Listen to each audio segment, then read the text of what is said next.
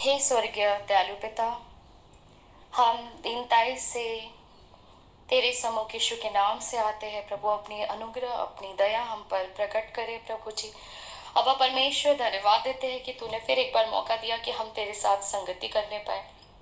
धन्यवाद देते हैं कि तूने पवित्र आत्मा दिया ताकि हम उसके प्रकाश पाकर प्रभु जी हम तेरी गुप्त बातों को समझने सके। इसलिए हमें प्रभु जी विजडम दे, अंडरस्टैंडिंग दे, ताकि और हम तेरे बारे जाने सके और तेरे सम्मुख आने पाए। Thank you Lord father, thank you Lord Jesus, तेरी महिमा हो। आमीन।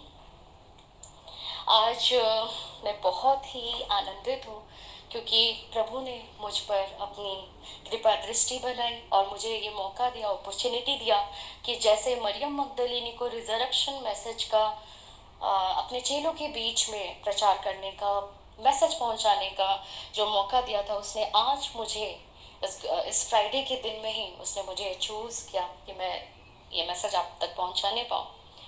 थैंक यू लॉर्ड कि मैं अपने जीवित परमेश्वर के बारे में प्रचार करूं, यीशु मसीह के बारे में प्रचार करूं जो मुर्दों में से जी उठा और जिसकी कब्र खाली है। हालेलुया।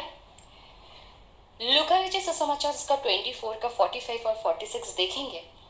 लूका रचित सुसमाचार उसका चैप्टर नंबर 24 वर्स 45 एंड 46। उसमें लिखा है, तब उसने पवित्र शास्त्र बूझने के लिए उनकी समझ खोल दी और उसने कहा, यो लिखा है कि मसीह दुख उठाएगा और तीसरे दिन मरे हुओं में से जी उठेगा। हम सब जानते हैं कि कमिंग फ्राइडे जो है सभी पूरे विश्व में गुड फ्राइडे सेलिब्रेट किया जा रहा है, and then comes resurrected Sunday. और अगर मैं फ्राइडे से काउंटिंग करती हूँ, Friday to Saturday and then Saturday to Sunday, तो सिर्फ काउंटिंग 2 दिन का बैठ रहा है। तो यहाँ पे तो लिखा हुआ है, बाइबल में भी हम पढ़े कि जीसस जो है 3 दिन के बाद जी उठेगा। तो ये 3 दिन कैसे कंप्लीट होगा? तो इसे हम समझने के लिए मुझे परमेश्वर के बायोलॉजिकल क्लॉक के हिसाब से अगर मैं देखूँ तो उसका टाइम का काउंटिंग कैसे होता है। तो जब मैं उत्पत्ति के चैप्टर नंबर 1 में जाऊंगी तो वहां पे 5 में लिखा हुआ है, और परमेश्वर ने उजियाले को दिन और अंधियारे को रात कहा, तथा सांझ हुई फिर भोर हुआ। यहाँ पे ऐसा नहीं लिखा हुआ है कि पहले भोर हुआ फिर सांझ हुई और इस प्रकार पहला दिन हो गया। परमेश्वर के टाइम जोन को समझने के लिए मुझे स्क्रिप्चर के हिसाब से उसकी उसकी भाषा को मुझे पिक करना पड़ेगा। और परमेश्वर के लैंग्वेज में जो देखूं तो यहाँ पे ऐसा है, सांझ से लेकर के दूसरा जो भोर आता है उसको उन लोग काउंटिंग करते हैं और बोलते हैं कि 1 day is equivalent to 1 day. ठीक है, सांझ से लेकर के फिर और एक भोर जब आएगा तो उसको उन लोग 1 डे काउंटिंग कर रहे हैं। यानी कि गुड फ्राइडे जो हम लोग फ्राइडे मना रहे हैं वो यूएस कैलेंडर के हिसाब से हम लोग थर्सडे को जब सन सेट होता है यानी कि सांझ आती है, वहां से लेकर के आप नेक्स्ट काउंट करो फ्राइडे आता है तो उसको वहां से वहां काउंटिंग करने से थर्सडे टू फ्राइडे सनसेट, तो फिर वो 1 होता है, 1 day. And then Friday to next Saturday, Friday sunset to next Saturday sunset, तो उसको वो दूसरा डे मान रहे। और सैटरडे टू संडे सनसेट का हम अगर देखें तो काउंटिंग 3 बैठता है। Hallelujah, hallelujah. और इस तरीके से वो वचन पूरा होता है कि यीशु जो है वो 3 दिन के बाद फिर जी उठेगा। Hallelujah, hallelujah. इसी जेनेसिस चैप्टर 1 में हम देखते हैं कि यहाँ पे सृष्टि की रचना हुई। लेकिन मैं आपको बताना चाहती हूँ यहाँ पे सिर्फ एक सृष्टि की रचना नहीं हुई थी, लेकिन कई बरसों साल पहले एक राज्य, एक किंगडम इसी अर्थ, इसी पृथ्वी पर स्थापित हुई थी, जहां स्वर्ग के परमेश्वर खुद अपने आप को एक्सटेंड अर्थ तक करते हैं। किसके लिए? हम मानव के लिए। Hallelujah, hallelujah. यहाँ संगति को दर्शा रहा है। जीसस को पसंद है, गॉड को क्या पसंद है कि वो मेरे साथ संगति करे। आदम के साथ वो संगति करने आता था, सांझ होती थी, वहाँ पे कूल ब्रीज होता था और वो संगति करने आते थे। तो आज परमेश्वर आपसे, मेरे जीवन में यही चाहते हैं कि हम उन्हें टाइम दें और हम उनके साथ संगति करने सकें। हालेलुया। जब हम जेनेसिस चैप्टर 2 में हम देखेंगे, वहाँ पे हमें क्या मिलेगा। यहाँ पे मनुष्य की सृष्टि सिर्फ नहीं हुई थी, यहाँ पे स्वयं परमेश्वर अपने किंगडम कल्चर की जो कॉन्स्टिट्यूशन है, संविधान है, वो डायरेक्टली मनुष्य यानी कि आदम को दिए थे, और जिसे उसने जो है ब्रेक किया था, है ना। ये कॉन्स्टिट्यूशन पर वो चल नहीं पाया, इस किंगडम कल्चर में वो चल नहीं पाया और यहाँ पे फॉलिंग हो गया। और हम जेनेसिस 3 में देखते हैं कि जब यहाँ पे सिर्फ पाप कैसे वर्ल्ड में एंटर हुआ की बात नहीं है, यहाँ पे हैवी लॉस हुआ है। अगर हम राज्य की समझ से देखें तो यहाँ पे लॉस ऑफ किंगडम हुआ है ना। कितनी सीरियस बातें हैं, कितनी सीरियस बातें हैं कि आज भी जब हम देखते हैं जो परमेश्वर ने हमें कॉन्स्टिट्यूशन जो आदम को मिला था, और उसने कहा था कि don't eat from the knowledge of tree, आज भी मनुष्य वही कर रहा है। और ज़्यादा ज्ञान रख के, अपनी समझ का सहारा लेके वो अपने ही पाँव में जो है ठोकर से वो गिर जाता है और घमंड उत्पन्न होता है अपने नॉलेज से। तो हमें परमेश्वर क्या चाहते हैं कि हमें अगर कुछ सी बात का ज्ञान रखना है तो हमें परमेश्वर का ज्ञान रखना है, हमें यीशु का ज्ञान रखना है, हमें यीशु को क्या पसंद है, यीशु को क्या कैसे करके मैं उसे प्रसन्न कर सकती हूँ, हमें इस बात का ज्ञान रखना है।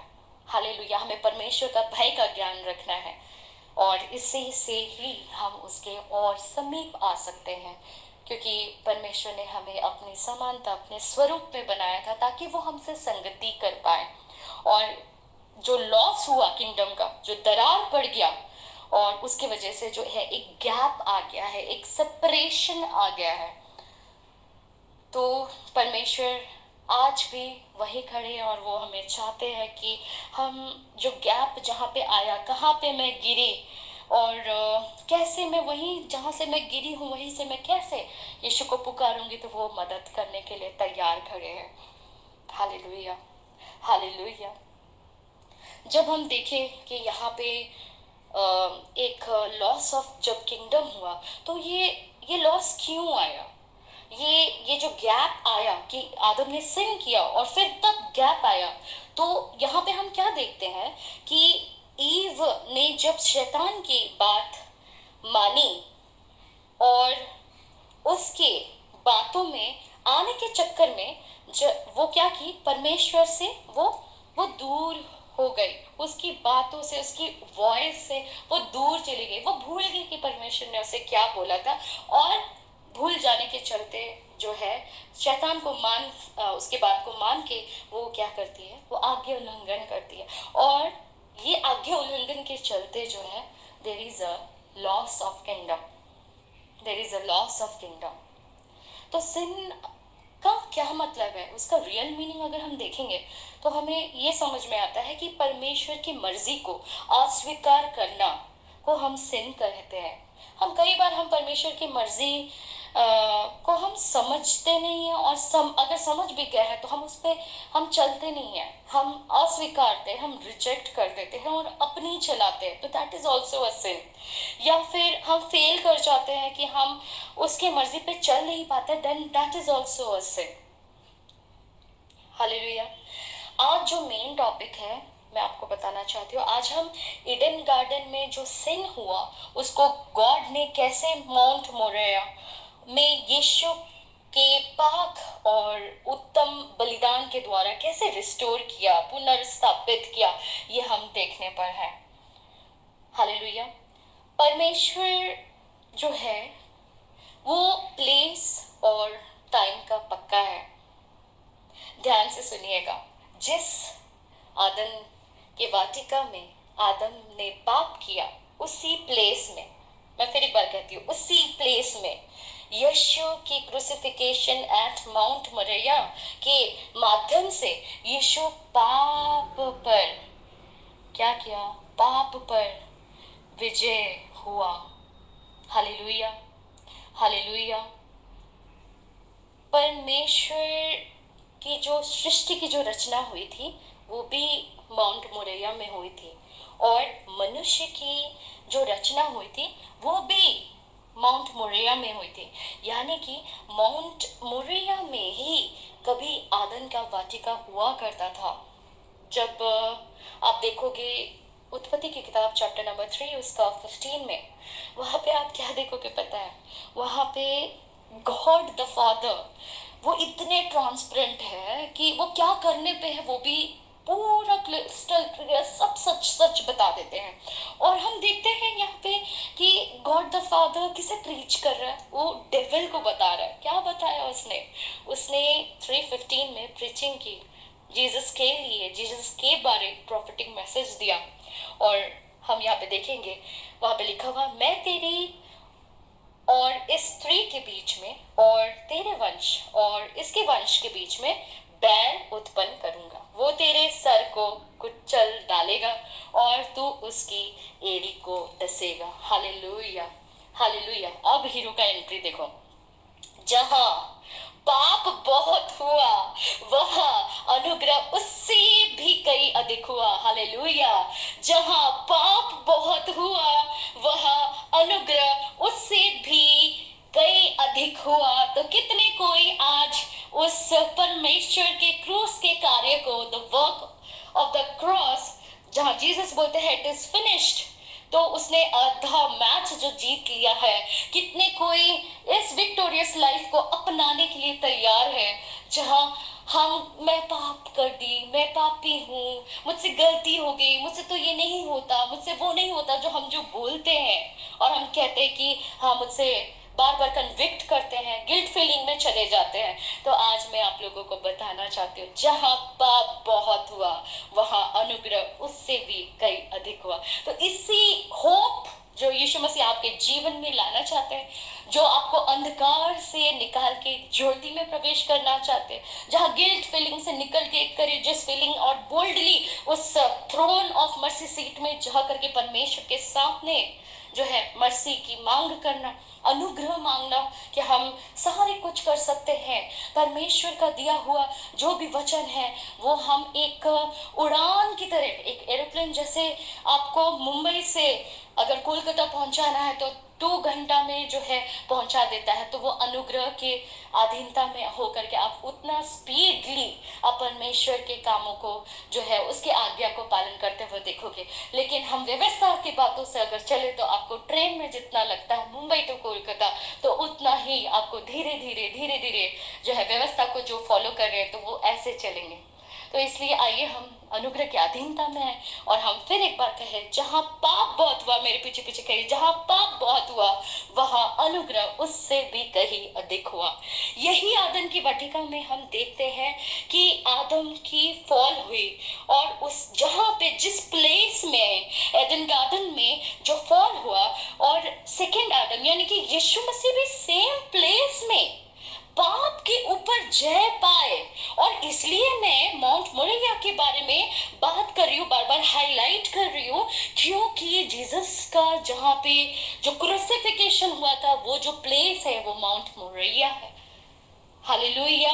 और यहीं पे आदन की वाटिका भी हुआ करती थी। जब हम नए नियम में देखेंगे, जैसे परमेश्वर की वेज है ना, उसको कैच करते जाइए। अगर जिस प्लेस में मैं गिरती हूँ वहीं से परमेश्वर जो है मुझे उठाने की सामत रखता है और वहीं पे ही वो आता है, तो आपसे आपसे महिमा कब गई और कौन सी की गलती करने के बाद जो है आपके अंदर से पीस चला गया, आपके अंदर से वो महिमा प्रेजेंस ऑफ गॉड छोड़ के जस्ट चली गई, तो वही जगह से फिर आपको कन्फेस करना है और परमेश्वर आएंगे। अब देखिए पतरस भी जो है जहां पे पानी में जो गिरा वहीं से जब वो यीशु को पुकारता है, तो सेम प्लेस में, अलग प्लेस में नहीं, सेम प्लेस में यीशु ने पतरस को हाथ दी। हालेलुया। गॉड कभी ऐसे नहीं बोलते हैं तूने गलती कर दी, तूने ना बहुत बड़ी गलती हो गई तेरे से ना, हमेशा ऐसा होता है। ये जो है वॉइस परमेश्वर की ओर से नहीं है। उसने पतरस को पहले हाथ देकर बचाया, फिर उसे डांट लगाई, हे अल्पविश्वासी क्यों डरते हो। देखिए परमेश्वर जो है वो प्रॉब्लम ओरिएंटेड नहीं है, मनुष्य प्रॉब्लम ओरिएंटेड है। और इतनी इतनी बातों का जो है बोझ अपने सर पर लेने के कारण वो डिप्रेस होता है, वो स्ट्रेस में जाता है, वो एंजाइटी फीलिंग होती है, फियर होता है, फियर से भर जाता है और उससे वो निकलने नहीं मांगता, क्योंकि वो परमेश्वर की उपस्थिति में नहीं जाता। और परमेश्वर को जहां वो गिरा, किस बात में चिंता हुई, वो अनसेटल मैटर को वहां पे वो पूरा नहीं कर रहा, इसलिए वो जर्नी, वो रेस को वो कंप्लीट नहीं कर पा रहा है। हालेलुया। मैं फिर एक बार कहती हूँ, गॉड कभी भी ऐसा नहीं बोलते तूने ना गलती की, तूने ना गलती की, तुमसे इतनी बड़ी पाप हो गई। उसने पतरस को पहले हाथ देकर बचाया। ये हमारे यीशु मसीह है। यीशु मसीह ने पतरस को तब डांट नहीं लगाया कि तू पानी में कैसे गिर सकता है, तू कैसे ऐसे कर सकता है। उसने तो पहले उसको सल्यूशन, आप देखिए, उसने पहले उसको बचाया, खींच के निकालो पहले लोगों को, उसके बाद डांट लगाओ। हालेलुया। कितने कोई इस मैसेज को समझ रहे हैं कि परमेश्वर का वेस को पकड़ने की, कैच करने की कोशिश करें कि परमेश्वर जो अपने प्लेस और अपने टाइम को लेकर के बड़ी ही पर्टिकुलर है, वैसे ही परमेश्वर जो है, जैसे मुरैया में आदम ने सिन किया, आदम की वाटिका में सिन किया, वो गिर गया, वो आगे परमेश्वर के साथ साथ नहीं चल पाया, तो वही जगह जीसस का जो मास्टर प्लान था कि उसने वही जगह को चूज किया। आउटसाइड द सिटीज में जाकर के जो है उस पहाड़ में, गुलगत्था के पहाड़ में, जो वो बोला जाता है कि उसको जो है उसका क्रूसिफिकेशन होता है, दैट इज माउंट मोरैया।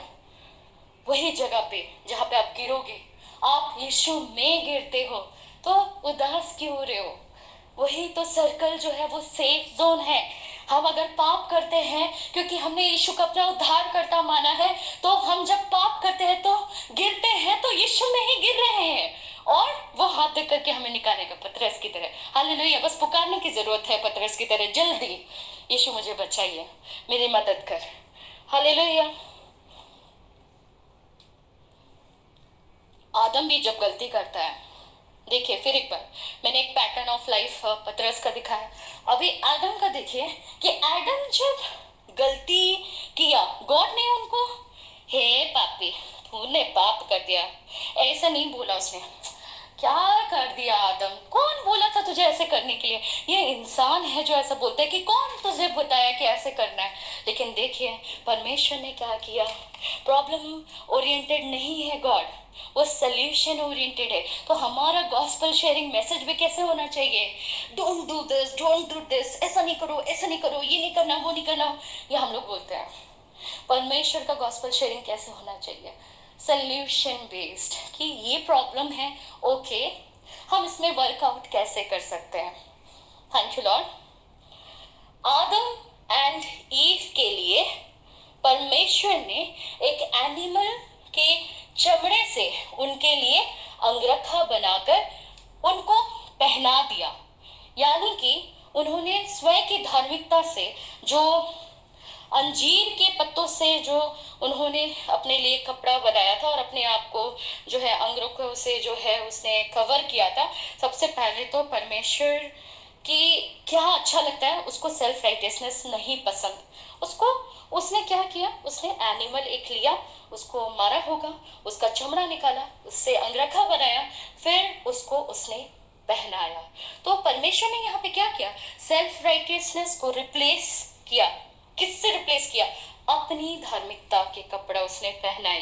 तो ये परमेश्वर को पसंद है। और परमेश्वर का विवाह में अगर शामिल होना है, the spirit and the bride से कम, आपको अगर मेमने के विवाह में शामिल होना है, तो विवाह का जो कपड़ा है, यीशु मसीह की जो कपड़ा है, उसकी जो धार्मिकता है, उसका जो मेकअप है, जो पवित्र आत्मा आपको यीशु के नेचर से जो श्रृंगार रहा है, उसके जरिए ही, पवित्र आत्मा का दिया हुआ मेकअप से हम जो है हमारे सहायक का जो हेल्प पाकर हम यीशु के विवाह में शामिल हो सकते हैं और हम मसीह की दुल्हन है। कलीसिया कहेंगे आमीन। परमेश्वर ने जो है वो आपके हस्बैंड है। तो हमें, जो हस्बैंड अभी अब्रॉड चला गया है, तो अगर अभी हस्बैंड पास में नहीं है, तो एक वाइफ को हस्बैंड के जाने के बाद भी कितनी लॉयल्टी दिखानी है, कितनी उसके लिए पाक बने रहना है। तो यहाँ पे परमेश्वर क्या दिखा रहे हैं, यहाँ पे परमेश्वर आदम एंड ईव को, जो वहाँ पे भी जो एनिमल सैक्रिफाइस जो हुआ, परमेश्वर ने जो एक एनिमल के चमड़े को लेकर के अंगरखा बनाया, तो यहाँ पे भी दिखाता है गॉड प्रोवाइड करता है। और ये कहाँ पे किया, वही जगह, वही आदम के गार्डन में हुआ है ये सारी चीजें। गॉड के राज्य में हम सिर्फ उसके पहनाए हुए धार्मिकता का वस्त्र पहनकर ही मेमने के विवाह में शामिल हो सकते हैं। और ये तो हमने देखा अब आदम और ईव के जीवन में। आइए हम जेनेसिस चैप्टर नंबर 22 में जाते हैं और वहां पे आप देखोगे अगेन गॉड द प्रोवाइडर यहाँ पे क्या कर रहे हैं वो। अगेन जब गॉड ने अब्राहम को अपने बेटे यीशु को होम बलि करके चढ़ाने के लिए बोला, तब भी परमेश्वर ने अब्राहम को एक स्थान बताया कि तुझे कहाँ जाना है। मोरैया में जाने को कहा। फिर देखिए वही मोरैया का जिक्र हो रहा है जहां मैंने बोला था कि जो मोरैया में अब्राहम को परमेश्वर ने बोला था कि यहाँ पे तू बलिदान देगा, तुझे इसाक को होम बलि करके जहाँ पे चढ़ाना है, वही उसका फेवरेट प्लेस है। उसको वही प्लेस ही पसंद है कि वहां पे आदम की वाटिका था, तो फिर वो आदम से मुलाकात करने आता था, वो भी माउंट मोरैया। जीसस का क्रूसिफिकेशन भी माउंट मोरैया। और जब इब्राहिम को उसका बेटा देने के लिए, बलिदान देने के लिए जब बोलते हैं, तो देखिए वहां पे भी माउंट मोरैया आ गया। हालेलुया। एंड जहां गॉड यहाँ पे क्या प्रोवाइड करे, देखिए यहाँ पे भी देखो इजाक के फिजिकल डेथ के स्थान पर एक मेढ़ा का प्रबंध किया और इजाक को मरने से बचा लिया। तो यहाँ पे भी गॉड प्रोवाइड कर रहे हैं कि उसको फिजिकल डेथ से मैं कैसे बचाऊं। तो उसने इजाक को किससे रिप्लेस कर दिया, रैम से, मेढ़ा से। हालेलुया। वही जगह जहां पे इजाक बंधा हुआ था, वो अल्टर में, वहां पे सेम प्लेस में ही उसने क्या प्रबंध किया, एक रैम का। Hallelujah, hallelujah. और यीशु ने जॉन 8:56 में कहा, अब्राहम मेरा दिन देखने की आशा से बहुत मगन था। देखिए अब्राहम मेरे दिन देखने की आशा, होप होना चाहिए, होप से बहुत मगन था। उसने देखा और आनंद किया। ये है ट्रू गॉस्पेल। यीशु को देखना, उसने देखा, उसकी गवाह बना और उसके साथ साथ संगति करना को हम कहते हैं कि ये हमें सुसमाचार बांटना है। मैंने लास्ट प्रीचिंग में भी शिमोन के बारे में जिक्र किया था, जहां मैंने कहा जब तक तू अपने उद्धार के दिन ना देख ले तू नहीं मरेगा। What a privilege, what a privilege, what an honor to see Jesus, and to have hope in Jesus. धन्य है वे जिनके मन शुद्ध है, क्योंकि वे परमेश्वर को देखेंगे। शिमोन और अब्राहम में एक बात कॉमन है, वो परमेश्वर का भय रखते थे। अब्राहम ने अपने दिनों में इजाक के सैक्रिफाइस के दौरान यीशु को देखा। आप बलिदान दो, बेस्ट बलिदान यीशु के लिए दो, यीशु के पीछे चलने के लिए कुर्बानी दो, तो यीशु कैसे मुलाकात हमसे करने नहीं आएंगे। हम अगर अपना बेस्ट टाइम भोर के तड़के उठते ही हम परमेश्वर को अपना फर्स्ट फ्रूट, फर्स्ट टाइम जब हम देते हैं, अपने टाइम से बलिदान दीजिए, अपने जीवन से बलिदान दीजिए, अपने त्याग करिए, अपने सिंफुल नेचर से उसे बलिदान दीजिए और वहीं पे ड्रॉप करिए, तो कैसे यीशु की उपस्थिति आपके ऊपर ग्रहण कर जाएगी, तो आप प्रभु की महिमा में आप चलते जाएंगे। Hallelujah, hallelujah. किसी आंखों ने न देखा, न कानों ने सुना है, किसी मानव के चित्त में नहीं। किसी आंखों ने न देखा, न कानों ने सुना है, किसी मानव के चित्त में नहीं, जो परमेश्वर ने तैयार किया है अपने प्रेम करने वालों के लिए। यीशु मसीह, कोई नहीं तेरे जैसा हो। यीशु मसीह, कोई नहीं तेरे जैसा। जिस बात को लेकर के आज आप चिंता कर रहे हो, गॉड उसका प्रबंध ऑलरेडी कर दिया, तो आपका ध्यान किधर है? हालेलुया। जब इज़ाक को वेदी पर रखा गया था, अब्राहम ने मसीह की मृत्यु और पुनरुत्थान के दिन देखा और वो आनंदित हुआ। यही जॉन 8:56 में यीशु ने कहा अब्राहम के लिए कि वो जो है वो होप पा करके वो बहुत मगन था, वो बहुत खुश था। तो हम आज क्या, जो ऑलरेडी परमेश्वर ने कॉन्कर डेथ को कर चुका है, किस बात का आपको गम है?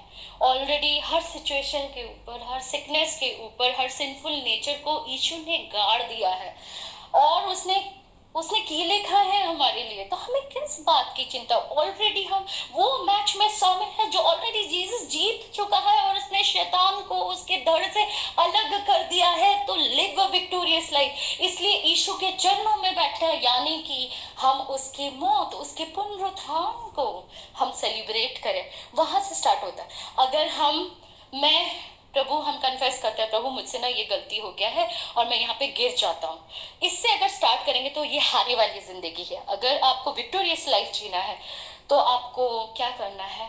आपको जीसस से स्टार्ट करना है, उसके क्रूस के काम को याद करके उसकी तारीफ, उसकी प्रशंसा, उसके बलिदान, उसके उपकार और उसका कफारा जो हमारे लिए ठहरा, उसकी तारीफ करो तो बंधन टूटेंगे। मेरा ने इज़ाक को सिर्फ शारीरिक मृत्यु से बचाया, गॉड ने जो प्रोवाइड किया था, परंतु यीशु हमें आध्यात्मिक मृत्यु से बचाता है। यानी he rescues us, Jesus rescues us from spiritual death. यही उसका प्लान है कि हमें क्या करना है? हमें फेथ से फेथफुलनेस तक, हमें हमें ग्लोरियस टू ग्लोरियस लाइफ, हमें डार्कनेस से लाइट की ओर हमें जाना है और चले जाना है दूरी सी दूरी तलक, लेके यीशु का प्यारा प्यारा नाम, जिस नाम में हमको मुक्ति मिले, जिंदगी मिले, वो किधर है? यीशु के पास हमें आना है। पहला पत्रस 3 उसका 18 में लिखा है, इसलिए कि मसीह ने भी अर्थात अधर्मियों के लिए धर्मी ने पापों के कारण एक बार दुख उठाया, ताकि हमें परमेश्वर के पास पहुंचाए। वह शरीर के भाव से तो घात किया गया, पर आत्मा के भाव से जिलाया गया। This is the power of resurrection. तो हमें अपनी मरी हुई हालातों में, अपनी मरी हुई सोच पे, हमें हमारी मरी हुई शरीर यानी कि फिजिकल फॉर्म में से हमें पुनरुत्थान की सामर्थ, जो सेम पवित्र आत्मा जीसस को मुर्दों में से जिलाया था, वही सेम पवित्र आत्मा आज हमारे अंदर रहता है। और हम उस पवित्र आत्मा जो हमारे अंदर रहता है और जिसका सिंहासन हम हैं, तो हम ऐसे लाइफ कैसे जी सकते हैं? आइए हम प्रार्थना करें। धन्यवाद प्रभु जी आज के वचन के लिए, धन्यवाद हमें प्रकाश देने के लिए, धन्यवाद कि प्रभु जी तूने बताया कि तूने ऑलरेडी हमारे लिए प्रोवाइड कर चुका है और वो यीशु मसीह का बलिदान है, वो तेरा प्रेम है प्रभु जी। तूने अपनी मोहब्बत से हमसे प्रेम किया है प्रभु। धन्यवाद कि प्रभु जी हमें इन बातों के मन फिराने की प्रभु जी अवसर दिया, क्योंकि तू भला है और हम मन फिराते इन बातों से कि कई बार प्रभु जी ऐसे बोल बोल करके हम तुझे एक लिमिटलेस खुदा को लिमिट कर दे रहे हैं प्रभु जी। तो प्रभु हमें क्षमा करें और तेरी रोशनी से, तेरी मर्जी पर हम चलने पाए और प्रभु जी हम तुझे प्रभु जी खुश रखने पाए, प्रसन्न करने पाए। तो इसमें हमें अनुग्रह करना, यीशु के नाम से आमीन।